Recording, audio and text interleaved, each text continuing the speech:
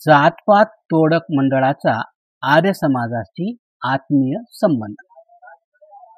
कदाचित फारच कमी लोकांना हे माहीत असेल की आर्य समाजाचे जे प्रमुख कार्यकर्ते होते ते जातपात तोडक मंडळाचेही कार्यकर्ते होते.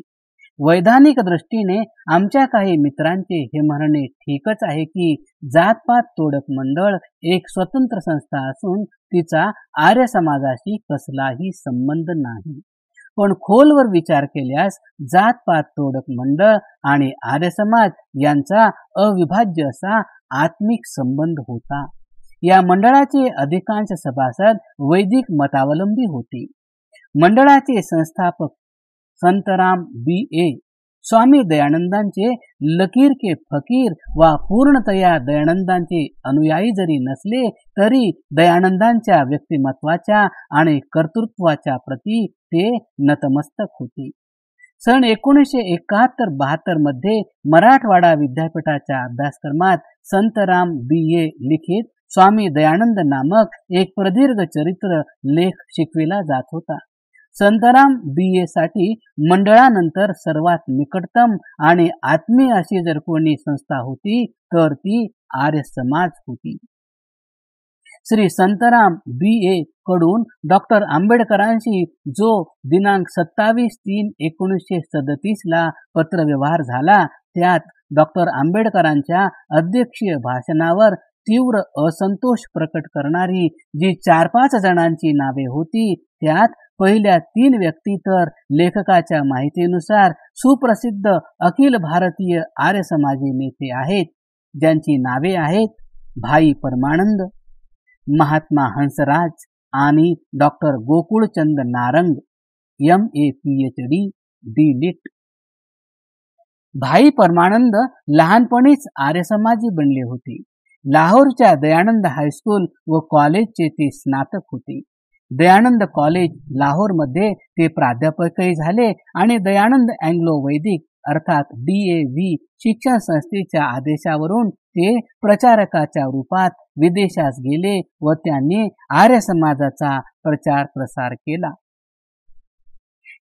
हे तेच भाई परमानंद आहेत ज्यांना आजन्म काळ्या पाण्याची शिक्षा झाली होती. ते सरदार भगतसिंहाच्या वडिलांचे व आजोबांचे अत्यंत प्रिय स्नेही आणि लाहोरच्या राष्ट्रीय महाविद्यालयात सुखदेव, भगतसिंह आदी क्रांतिकारकांचे प्राध्यापक होते. दुसरे नाव आहे महात्मा हंसराजांचे, जे दयानंद कॉलेज DAV लाहोरचे प्राचार्य होते आणि ज्यांनी कशाही प्रकारचे मानधन न घेता 26 वर्षे अर्थात 1886 ते 1912 वरील शिक्षण संस्थेत सेवा केली होती आणि आयुष्याची 26 वर्षे आर्य समाजी आंदोलनासाठी समर्पित केली होती. तिसरे महानुभाव डॉक्टर गोकुलचंद नारंग सुद्धा भाई परमानंदांचे सहाध्यायी व DAV शिक्षण संस्थेचे विद्यार्थी होते. ते स्वामी श्रद्धानंदाद्वारे स्थापित भारतीय शुद्धी सभा 1923 च्या कार्यकारिणीचे सभासद होते. इंद्रविद्या वाचस्पती लिखित आर्य समाज का इतिहास या ग्रंथाची प्रस्तावनाही त्यांनी लिहिली आहे. इंद्रजितजींनी त्यांना आर्य जातीचे ज्ञानवृद्ध वयोवृद्ध नेता म्हटले आहे. ते DAV कॉलेज लाहोर आणि बनारस हिंदू विश्वविद्यालयातही प्राध्यापक होते. 20 फेब्रुवारी 1925 ला मुंबईच्या डॉक्टर कल्याणदास देसाई यांच्या अध्यक्षतेखाली जातपात तोडक मंडळाचे जे वार्षिक अधिवेशन झाले होते त्यात संबोधित करणाऱ्या अधिकांश व्यक्ती आर्य समाजीच होत्या, ज्यात स्वामी श्रद्धानंद, पंडित घासीराम, स्वामी मुनीश्वरानंद, स्वामी सत्यदेव आदी उल्लेखनीय आहेत. या अधिवेशनामध्ये जे प्रस्ताव पारित झाले होते त्यावरही या मंडळातील आर्य समाजांची छाया व प्रभुत्वाची गोष्ट स्पष्ट दिसते. प्रस्ताव असा: या मंडळाच्या मते आजकाल जी वर्णव्यवस्था प्रचलित आहे ती वाईट आहे, म्हणून आवश्यक आहे की खाण्यापिण्यावरील आणि विवाहविषयक बंधने उठविली जावीत. यासाठी हे मंडळ प्रत्येक आर्य युवक युवतीस प्रेरणा देत आहे की विवाह आदी कार्यामध्ये जी विद्यमान बंधने आहेत ती जाणून बुजून तोडावीत आणि जातीबाहेर विवाह करावेत.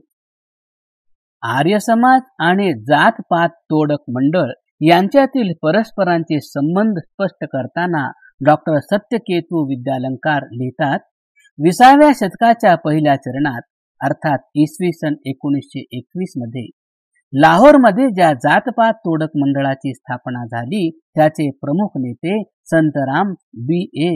हे होते. जरी हे मंडल आर्य समाजाच्या संघटनेच्या अंतर्गत नव्हते तरी याचे संचालन आर्य समाजाद्वारे केले जात राहिले होते. हे मंडल जातपात तोडून विवाह संबंध स्थापित करण्यासाठी आंदोलन करीत होते. स्पष्टच आहे की आर्य समाज आणि जातपात तोडक मंडल वैधानिक दृष्ट्या जरी दोन स्वतंत्र संस्था होत्या तरी विचार प्रवाहाच्या दृष्टीने जातपात तोडक मंडल आर्य समाजाचाच पर्यायवाची एक पोषक भाग होता. आर्य समाजाने आपल्या प्रारंभीच्या काळापासूनच जाती निर्मूलन आणि दलितोद्धारात विशेष रुची दाखविली होती. डॉक्टर आंबेडकर सुद्धा आपल्या विशेष पद्धतीने या अभियानात विशेष अभिरुची ठेवित होते. या कार्यक्रमांच्या संदर्भात विचार साम्य असल्यामुळेच जातपात तोडक मंडळाच्या माध्यमातून श्री संतराम यांनी डॉक्टर आंबेडकरांना मंडळाच्या वार्षिक अधिवेशनाच्या अध्यक्षतेसाठी आमंत्रित केले होते. पण न जाणो अशी कोणती कारणे होती की तत्कालीन कित्येक आर्य समाजी डॉक्टर आंबेडकरांचे विचार यथावत ऐकण्याची सहनशीलता दाखवू शकले नाहीत. जर त्यांनी डॉक्टर आंबेडकरांचे विचार धीराने ऐकले असते तर बरे झाले असते. मतभेद असून सुद्धा आपली आग्रही भूमिका एका बाजूस ठेवून उदारमतवाद्यांसाठी मोकळेपणाने चर्चा करण्यासाठी वातावरण निर्माण करणे आवश्यक होते. पण कळत नाही असे कोणते कारण होते की तत्कालीन आर्य समाजी अशा प्रकारची मोकळी चर्चा करण्यासारखे वातावरण बनविण्यात असमर्थ ठरले. जर तसे घडले असते तर आज त्यांना कमीत कमी या गोष्टीचे श्रेय तरी मिळाले असते की डॉक्टर आंबेडकरांना आपल्या अधिवेशनाचे अध्यक्षपद भूषविण्याची संधी सर्वप्रथम त्यांनी दिली होती. आता इतिहासामध्ये आर्य समाज केवळ एक अयशस्वी निमंत्रक व संयोजक बनून राहिला आहे. इतिहासकार एवढेच म्हणू शकेल की डॉक्टर आंबेडकरांना आपल्या वार्षिक अधिवेशनाचे अध्यक्षपद भूषविण्याचे एकमात्र निमंत्रण जर कोणी दिले होते तर ते आर्य समाजांनी.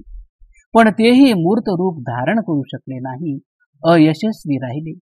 डॉक्टर आंबेडकरांच्या शब्दात, मला खात्री आहे की ही पहिली संधी आहे ज्यात स्वागत समितीने अध्यक्षची नियुक्ती रद्द करून टाकली, कारण ती अध्यक्षांच्या विचारांचा स्वीकार करीत नव्हती. चर्चित अध्यक्षीय भाषणात डॉक्टर आंबेडकरांनी शास्त्राबरोबर वेदांचीही आलोचना केली होती, जी तत्कालीन वेद प्रामाण्यवादी आर्य समाजींना सहन झाली नाही. म्हणूनच श्री हरभगवानांनी आपल्या 14 एप्रिल 1937च्या पत्रात डॉक्टर आंबेडकरांना लिहिले होते की आम्हापैकी काही जण असे आहेत ज्यांना वाटते की अधिवेशन वगैरे कोण्या अप्रिय घटनेने संपन्न व्हावे.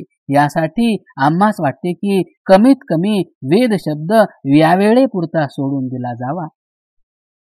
लक्षात असू द्यावे की या अध्यक्षीय भाषणात डॉक्टर आंबेडकरांनी आपल्या भावी धर्मांतराचा संकेत देताना अशी घोषणा केली होती की हिंदूच्या रूपात माझे हे अंतिम भाषण असेल. वेदाची तथाकथित आलोचना आणि भविष्यात धर्मांतराचा संकेत ही दोन्हीही तथ्ये अशी होती की जी सहजतेने सहन करणे आर्य समाजासाठी अशक्य होती. उभय पक्ष आपापल्या ठिकाणी अडळ होते. डॉक्टर आंबेडकर आपल्या विचारावर दृढ होते आणि कसल्याही प्रकारच्या तडजोडीसाठी तयार नव्हते. त्यांनी कसलाही आडपडदा न ठेवता स्पष्ट केले होते की मी अल्पविराम सुद्धा बदलण्यासाठी तयार नाही. मी आपल्या भाषणावर कसल्याही प्रकारच्या सेन्सॉरला अनुमती देणार नाही.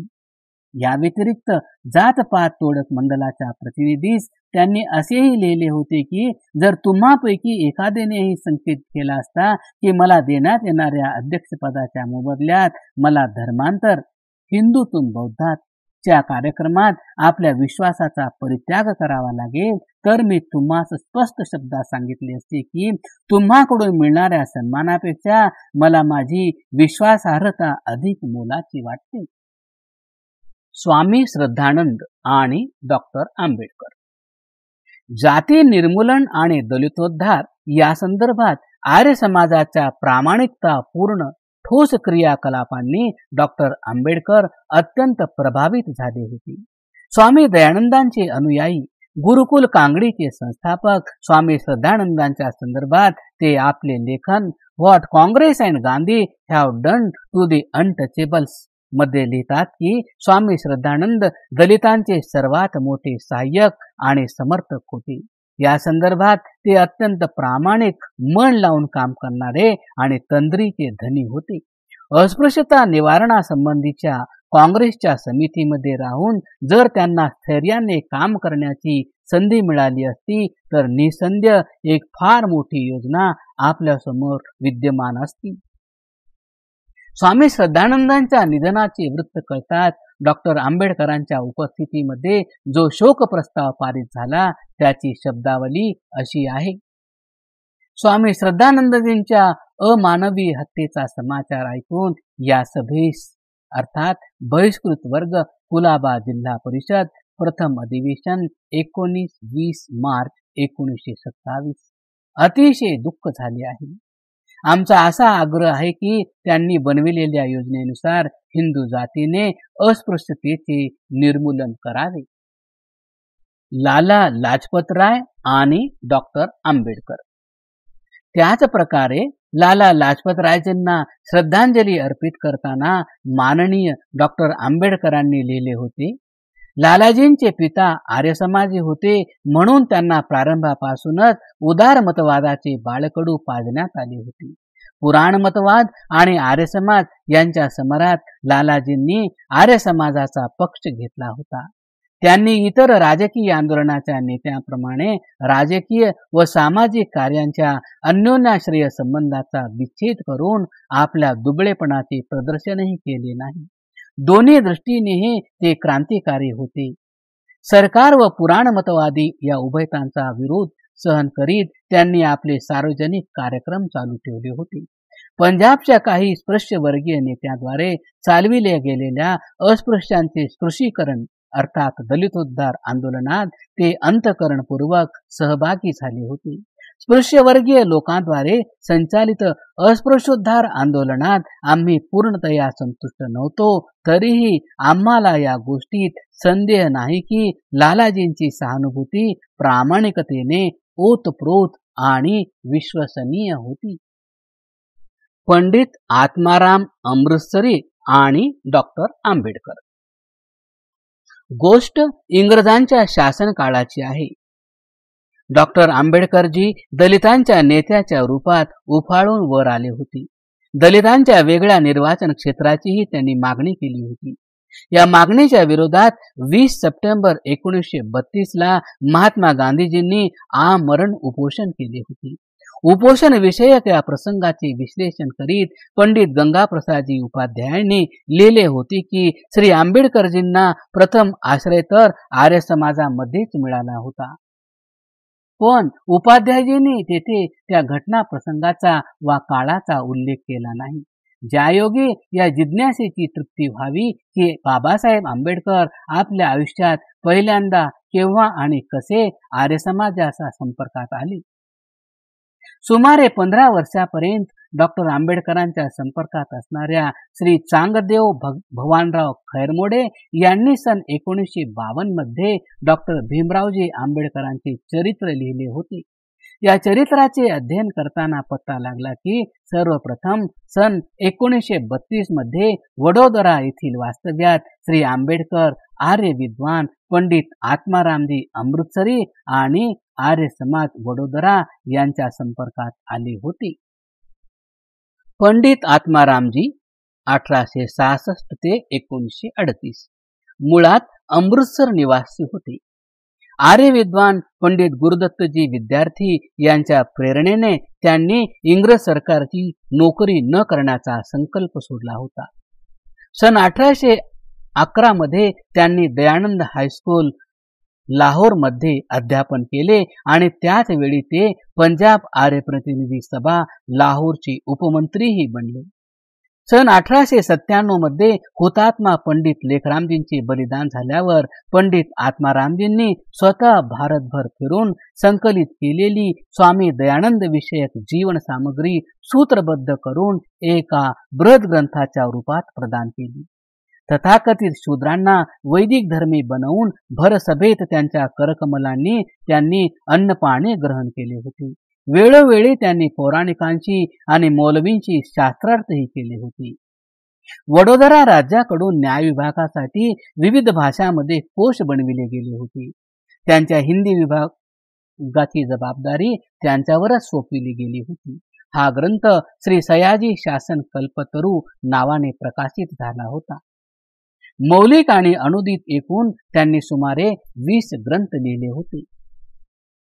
दलितांना विधर्मी बनत असलेले पाहून वडोदरा नरेशांनी तेव्हा आपल्या राज्यात दलितोद्धाराचे कार्य प्रभावशाली करण्याचा संकल्प सोडला. तेव्हा त्यांनी स्वामी दयानंदांचे शिष्य आर्य संन्यासी स्वामी नित्यानंद ब्रह्मचारी यांना अशा व्यक्तीची मागणी केली जी उच्चवर्णीय असूनही दलितांमध्ये इमानदारीने कार्य करू शकेल. तेव्हा त्यावेळी स्वामी नित्यानंदजींनी मास्टर आत्मारामजींना आग्रह केला. त्यानुसार पंडित आत्मारामजींनी सन 1908 ते 1917 पर्यंत वडोदरा संस्थानात आणि त्यानंतर कोल्हापूर संस्थानात दलितोद्धाराचे कार्य केले. दलितांमध्ये त्यांच्याद्वारे केल्या गेलेल्या कार्याची महात्मा गांधी, कर्मवीर विठ्ठल रामजी शिंदे, श्री जुगल किशोर बिडला, इंदूर नरेश तुकोजीराव होळकर आदींनी मुक्तकंठाने प्रशंसा केली आहे. वडोदरा नरेश सयाजीराव गायकवाडांना दलितोद्धाराच्या कार्यात साफल्य त्यावेळेपासून मिळाले जेव्हा त्यांनी पंडित आत्मारामजींना आपल्या संस्थानाच्या छात्रावासाचे अध्यक्ष आणि शाळांचे निरीक्षक म्हणून नियुक्त केले होते. वडोदरा संस्थानात शूद्रांसाठी ज्या शेकडो शाळा स्थापल्या गेल्या होत्या त्यात सुमारे 20,000 मुले मुलींनी शिक्षण घेतले होते. वडोदऱ्यात त्यांनी आर्यकन्या महाविद्यालयाचीही स्थापना केली होती. कोल्हापूर नरेश राजर्षी शाहू महाराज जेव्हा वडोदऱ्यास आले तेव्हा पंडित आत्मारामजींच्या कार्याने फारच प्रभावित झाले आणि त्यांना लवकरच कोल्हापुरी येण्याचे निमंत्रण देऊन गेले. 1918 मध्ये जेव्हा पंडित आत्माराम कोल्हापुरात आले तेव्हा शाहू महाराजांनी त्यांना केवळ आपला मित्रच म्हटले नाही तर धर्मगुरूही मानले आणि आपले संस्थान आर्यधर्मी बनविण्यासाठी त्यांच्या करकमलांनी जानेवारी 1918 मध्ये आर्य समाजाची स्थापना केली. कोल्हापूरच्या राजाराम महाविद्यालय आदी शिक्षण संस्थाही त्यांनी संचालनाच्या हेतूने आर्य संस्थांकडे सोपविल्या. अशा प्रकारे गुजरातच्या वडोदरा आणि महाराष्ट्राच्या कोल्हापूर संस्थानाच्या माध्यमातून पंडित आत्मारामजींनी सामाजिक आणि शैक्षणिक क्षेत्रात कार्य करीत दलितोद्धाराच्या दृष्टीने उल्लेखनीय भूमिका पार पाडली.